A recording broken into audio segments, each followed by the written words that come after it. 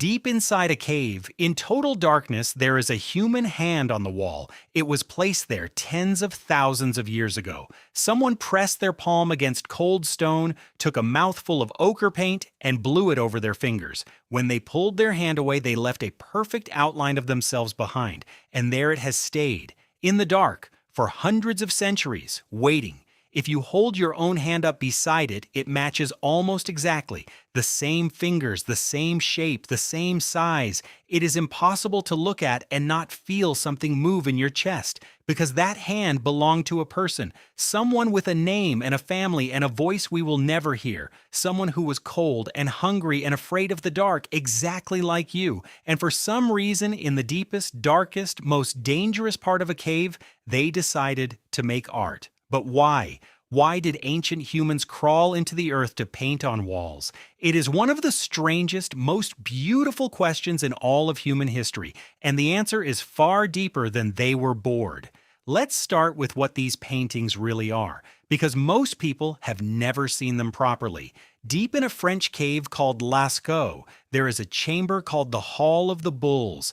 Enormous animals thunder across the ceiling. Bulls, horses, and stags. Some of them are more than 5 meters long. Standing beneath them, you feel very, very small. In another French cave called Chauvet, there are lions, rhinos, and bears, and the drawings are astonishing. The artists used shading to give the animals real weight and volume. They used perspective so that one animal stands behind another. They used the natural bulges of the rock to make a bison's shoulder swell out of the wall, and they drew animals in motion with multiple legs so they seem to run in the flickering firelight. This is not the crude scribbling we imagine cavemen doing. This is skilled, confident, deliberate art. Some of these animals are better drawn than most of us could manage today, and it is old, genuinely, staggeringly old. Chauvet's paintings are around 36,000 years old. Lascaux is roughly 17,000 years old. To put that in perspective, the pyramids of Egypt are about 4,500 years old. So the cave art of Lascaux is older compared to the pyramids than the pyramids are to you.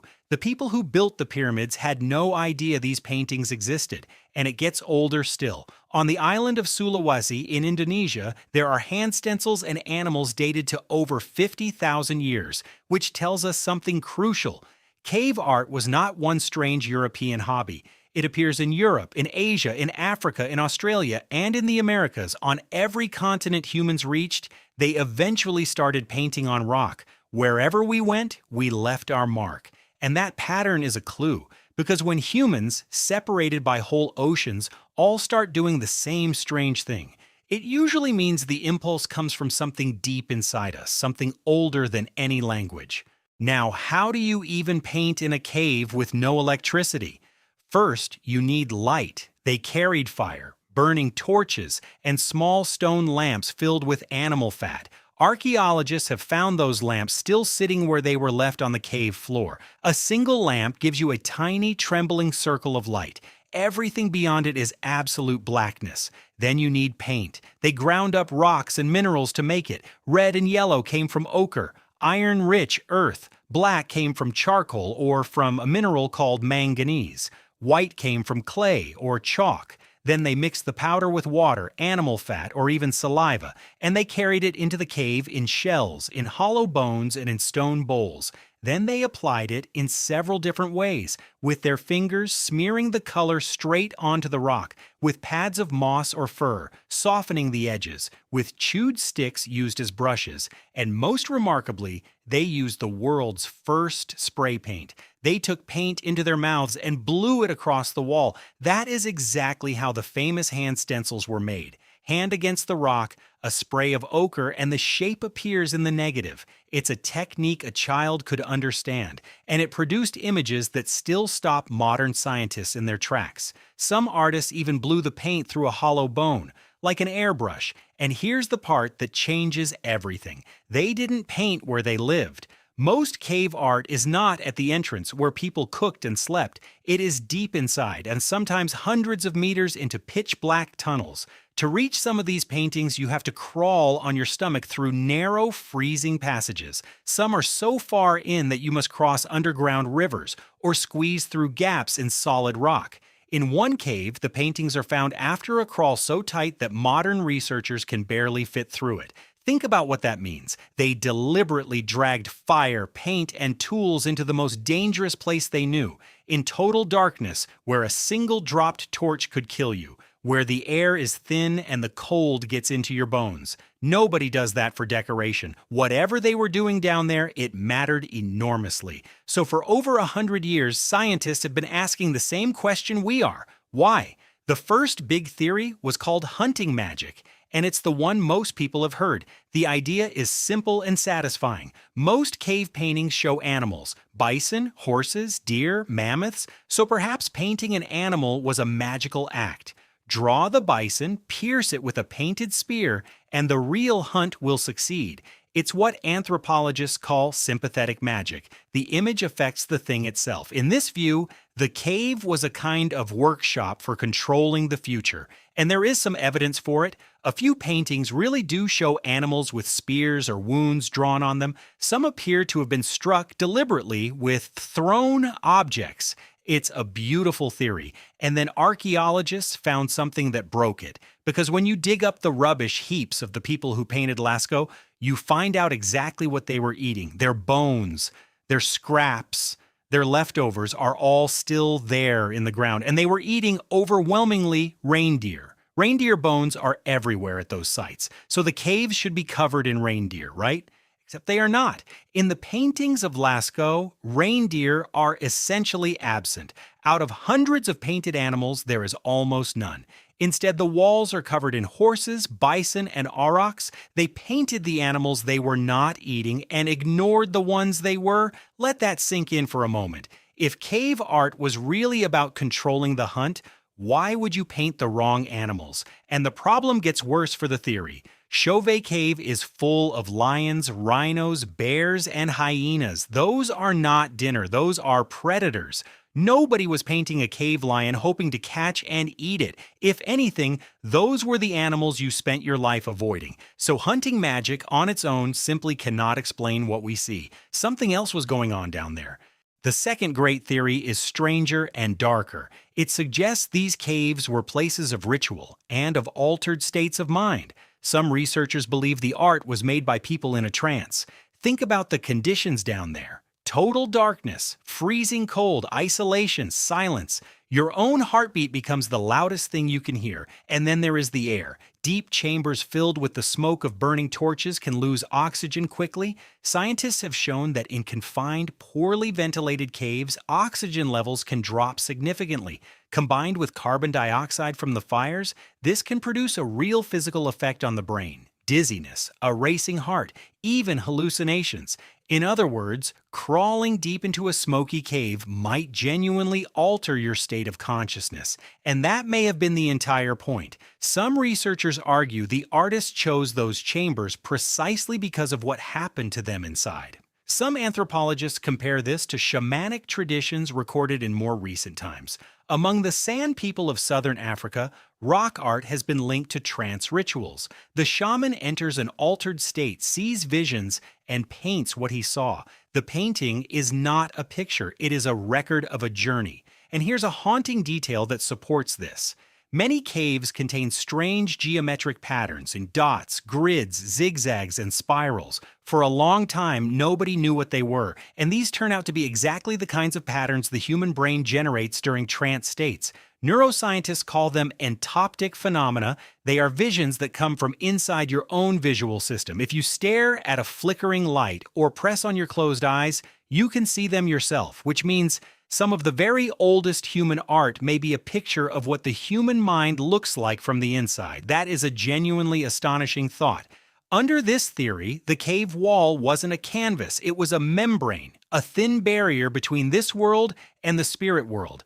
The animals were not being drawn onto the rock, they were being pulled out of it, and painting an animal was reaching through. The third theory is one almost nobody knows, and it might be the strangest of all. Starting in the 1980s, researchers walked through painted caves making sounds. They clapped, they sang, they shouted, and they measured how each chamber responded. And they found something remarkable. The paintings are not spread evenly through the caves.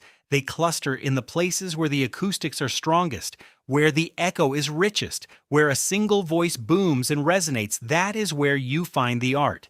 In flat, sound-dead chambers, the walls are often completely bare. Even when those bare walls are perfectly smooth and easy to paint, some researchers have gone further.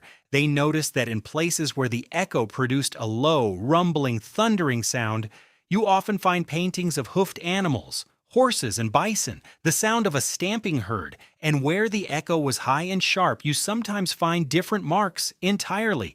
It's as if they were painting the sound of the cave itself. Imagine standing there 30,000 years ago. Darkness, a single flickering flame. You strike the wall or sing a low note, and the cave answers with a thunder of hooves. And on the wall in front of you, in the trembling firelight, a bison seems to move. The flame shifts, and the 8 painted legs of the animal ripple into a gallop. Sound, movement, darkness, fire. This wasn't a painting on a wall. It was quite possibly humanity's first cinema. Then there is the theory that our ancestors were recording knowledge. In Lascaux, above the shoulder of a huge painted bull, there is a small cluster of dots. For decades, nobody paid them much attention, and then researchers noticed something extraordinary. The pattern of those dots closely matches the Pleiades, a real star cluster, and the bull they sit above corresponds to the constellation we now call Taurus. Other dots in the same painting line up with more stars in that same region of the sky. Several researchers working independently have reached the same conclusion. If they are right, then ancient humans were painting maps of the night sky, not decoration, data, and this fits with something else. Some caves contain what look like sequences of marks and symbols placed beside the animals. Rows of dots, lines, repeating signs that appear across different caves.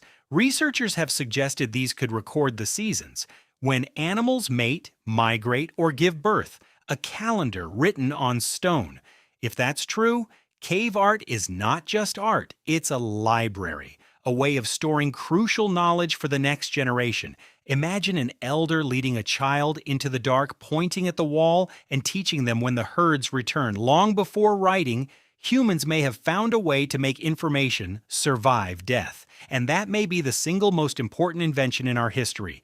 But there is one more discovery, and it quietly changes the entire picture. For a century, we imagined the cave artist as a man, a powerful hunter, a mysterious shaman. Every museum illustration, every documentary showed the same thing. Then scientists went back to the hand stencils, and they measured them, because the proportions of human hands differ on average between men and women. The relative lengths of the fingers are subtly, but measurably different. A researcher compared hundreds of ancient hand stencils to modern hands, and the results were surprising. A large proportion of the hands on those cave walls appear to have belonged to women, and others were small, the hands of children and teenagers. Think about what that means. These caves were not the secret club of elite male shamans. Women were down there, children were down there. Whole families crawled into the dark together and pressed their hands against the rock. And in some caves, we have even found the fossilized footprints of children in the mud, preserved for 30,000 years exactly where they were left, walking beside adults deep underground in the dark. In one cave, a child's footprints stop and turn as if they pause to look at something. Whatever this was, it was something humans did as a community, not a ritual for the powerful, a thing that families did together. So, after all of this, why did they paint? The honest answer is that no single theory explains everything. Hunting magic, trance and ritual, sound, the stars, teaching, storytelling, and the truth is almost certainly that it was all of them, in different caves, in different centuries, because these paintings span more than 30,000 years. That is longer than all of recorded history many times over. The people of Chauvet were as distant from the people of Lascaux as we are from the Ice Age. They did not know each other. They were not one culture. Asking why humans painted caves is like asking why humans make videos. There isn't one reason. There are 1,000. But underneath all of it, there is one impulse that never changes: the need to make a mark, to say something, to be seen, to take what is inside your head and put it out into the world where others can see it too. It is the same thing a child does with a crayon on a wall, and it is the same thing you do every time you post a photograph, which brings us back to that hand on the wall. Of all the images our ancestors left us, the hand stencil is the most common. It appears in caves on nearly every continent, made by people who never met, and it is the simplest message a human being can send. Not "I killed this animal," not "I saw this god," just "I was here, I existed, this is my hand." 30,000 years later, in the dark, that message is still arriving. It outlived their language, it outlived their tribe, it outlived their name, and every single person who ever knew them. They reached out to a future they could not possibly imagine, and they touched it. And the fact that you are still looking at their hand today means that against all odds, it worked. So the next time you feel small or forgotten, remember, someone in the dark 30,000 years ago reached out for you, and you are the one who finally answered.